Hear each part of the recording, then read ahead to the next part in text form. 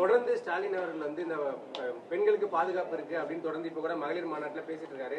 ஆனா நேத்து கூட வந்து சென்னையில வந்து ஒரு குடும்பத்தையே வந்து வெட்டி புதைச்சிருக்காங்க. இன்றைக்கும் நடந்திருக்குது. இப்ப நான் வரும்போது ட்வீட் போட்டு தான் வந்திருக்கிறேன். தினம் நடக்குதுங்க. ஒரு நாள் 2 நாள் நடக்கல. தினந்தோறும் தமிழகத்தில் பாலியல் சீட்டல் நடந்து கொண்டே தான் இருக்குது. இந்த ஆட்சியில் கண்டுகொள்ளவே இல்லை. அதுக்குண்டான நடவடிக்கை எடுக்கல. எனக்கு ஸ்டாலின் பேசுறாரு, உங்க பத்திரிகையில் ஊடகம் தானே வருது. அந்த செய்தி வச்சு தான் நாங்கள் சொல்றோம். இன்றைக்கும் நடந்திருக்குதாக செய்தி வந்திருக்குது. செய்தி அடிப்படையில் நான் ட்விட்டர்ல நான் போட்டுக்கிறேன். கூட்டணி பலமாயிடுச்சுன்னு உங்க தரப்புல சொல்லப்பட்டாலுமே கூட இது வந்து ஒரு அழுத்தத்தினால சேர்ந்த கூட்டணி அப்படின்னு எதிர்க்கட்சியினர் விமர்சனம் பண்றாங்க. அப்படித்தான் ஏங்க கூட்டணி வரலைன்னா கூட்டணி வரலைமாங்க. அப்புறம் 4 மாசத்துக்கு முந்தைய உங்க டிவி பத்திரிகையில் என்ன சொன்னீங்க? எடப்பாடி பழனிசாமி கடையை விரிச்சு வச்சுட்டு இருக்காரு, யாரும் வரலைங்க. கூட்டணியெல்லாம் வந்தவர்கள் என்ன சொல்றீங்க? ஆஹா, இது அழுத்தம் கொடுத்து வந்ததுன்னு சொல்றீங்க.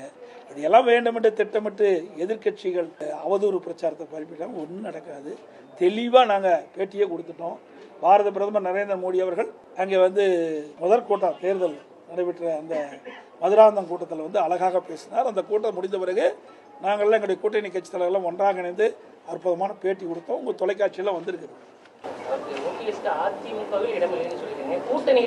சார் அதெல்லாம் எதை பேசணுமோ அதை தான் பேச முடியும். எல்லாவற்றையும் பேச முடியாது.